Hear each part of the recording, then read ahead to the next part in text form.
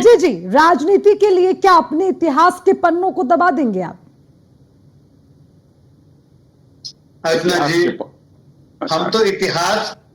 हम तो वर्तमान की बात करते हैं, और जिनका वर्तमान अच्छा होता है उनका भविष्य अच्छा होता है, ये विवेकानंद जी ने बोला है। अभी अश्विनी भाई बात कर रहे थे राजनीति की और चुनाव की। बिल्कुल अच्छा जी, राजनीति के लिए कोई भी नेता किसी हद तक भी जा सकता है और जाना भी चाहिए। अगर वो देश के अपने राज्य के मुख्यमंत्री हैं, अगर वो पॉलिटिकल जाति के आधार पर करते हैं तो उनका धर्म है, उनका राजनीतिक धर्म है। ये अपनी पार्टी लाइन पे वो बात कर रहे हैं, लेकिन साथ साथ दूसरों पे पत्थर नहीं मार रहा। अश्विनी जी हमारे बहुत पुराने मित्र हैं, जिनके घर कांच के होते हैं वो दूसरों घर में पत्थर नहीं फेंकते। क्यों? ऐसा क्यों कहा आपने अजय जी? मैंने इसलिए बोला, अभी इन्होंने कहा कांग्रेस का नाम लेके, समाजवादी पार्टी का नाम लेके। मैं कहता हूं कि जिन्ना जी की कब्र में, जिन्ना जी को उनकी समाधि में, उनकी कब्र में कौन गया? हमारे देश के बड़े नेता, भारतीय जनता पार्टी के वरिष्ठ नेता। तो ये नहीं कि वो गलत हो गए, वो उनकी भावना थी। और जहां तक इन्होंने संभल की बात की, यहां भी पॉलिटिकल माइलेज नहीं लेनी, हमने हिंदू मुसलमान नहीं करना। इन्होंने 3 तलाक की बात की, 370 की बात की, मैं सभी बातें सुनी, लेकिन हमें हिंदू मुसलमान नहीं करना, बहुत हो गया। अब 2027 में चुनाव है उत्तर प्रदेश में, कोई तो मुद्दा चाहिए अर्चना, राजनीति में कोई तो मुद्दा चाहिए। ये मुद्दा क्रिएट करते हैं, ये मुद्दा बनाते हैं। इनका भारतीय जनता पार्टी का जो आईटी सेल है वो बहुत मजबूत है, मैं इसको मानता हूं। मैं कोई डिनाई नहीं कर रहा कि ये मुद्दे ऐसे क्रिएट कर देंगे 2027 तक कि भेदभाव, जाति के, वैसे जाति गणना की, अब इन्होंने हमारी बात मानी, ठीक है, जाति जनगणना की, और जाति के आधार पर सब काम करते हैं। जैसे राजभर जी के लिए उन्होंने बात की, राजभर जी ने भी कहा कि जब इनकी सरकारें थी उन्होंने बहुजन समाजवादी पार्टी का भी नाम लिया।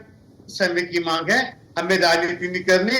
आज जिस महाराज जी के, सोहेल देव जी के, तो वो कहते हैं ना अजय जी, वो कहते हैं आपकी पार्टी में नहीं सम्मान मिला उन्हें, तो उसमें क्या दिक्कत है? वो कहते हैं कि हमें सम्मान नहीं मिला, अब एनडीए की सरकार में हमें सम्मान मिला है, और अब तो उनका मेला भी लगेगा, विजय उत्सव भी होगा, तो आप नहीं कर पाए ना, इसीलिए तो सवाल उठाया उन्होंने। अर्चना जी, राजभर जी एनडीए का हिस्सा है, और अगर एनडीए का हिस्सा है तो उनका दायित्व बनता है कि एनडीए की तारीफ करना, भारतीय जनता पार्टी की तारीफ करना उनका दायित्व बनता है। वो अपने दायित्व का पालन कर रहे हैं, हम अपने दायित्व का पालन कर रहे हैं। अच्छा, ऐसा है क्या?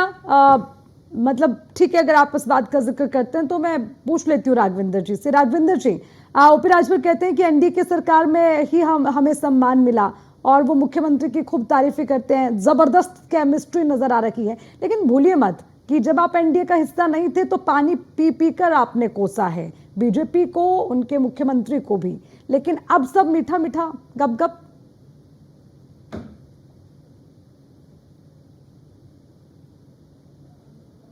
अनम्यूट करिए राघविंदर जी, अनम्यूट करिए।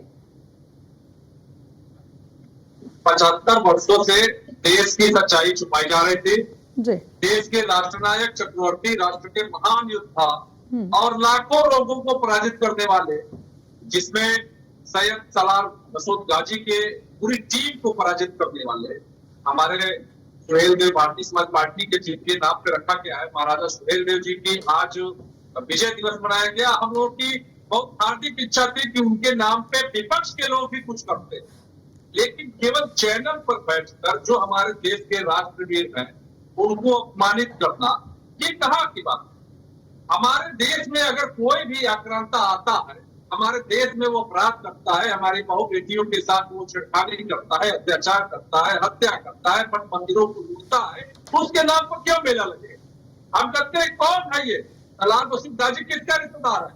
मैं तो कहता हूँ कि सुहेल देव भारतीय समाज पार्टी के राष्ट्रीय अध्यक्ष माननीय ओम प्रकाश राजभर, उनके लड़के और समस्त राजभर परिवार सुहेल देव जी के वंशज है। ये भी कहते हैं कि ये गाजी के वंशज है, नहीं कहेंगे। जब भी चुनाव आता है, ये हर मुद्दे को चुनाव को लेके आते हैं।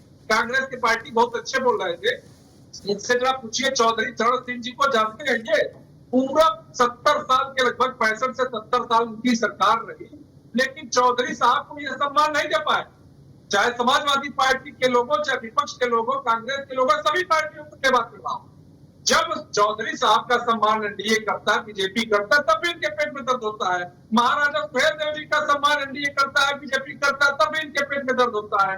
इनके पेट में तब दर्द नहीं होता जब ये किसी अखंडता के नाम पर मेला लगाते, जब ये बाबर, हुमायूं और अकबर का गुणगान करते, तब इनके पेट में दर्द नहीं होता। ये हमेशा से तुष्टिकरण की राजनीति किए हैं। और जो भी हमारे देश के पहले के लोग हैं जिनके नाम पे आजादी मिली या हमारे लिए कुछ किए हैं, उनके नामों पे हमेशा दबाने का काम किया।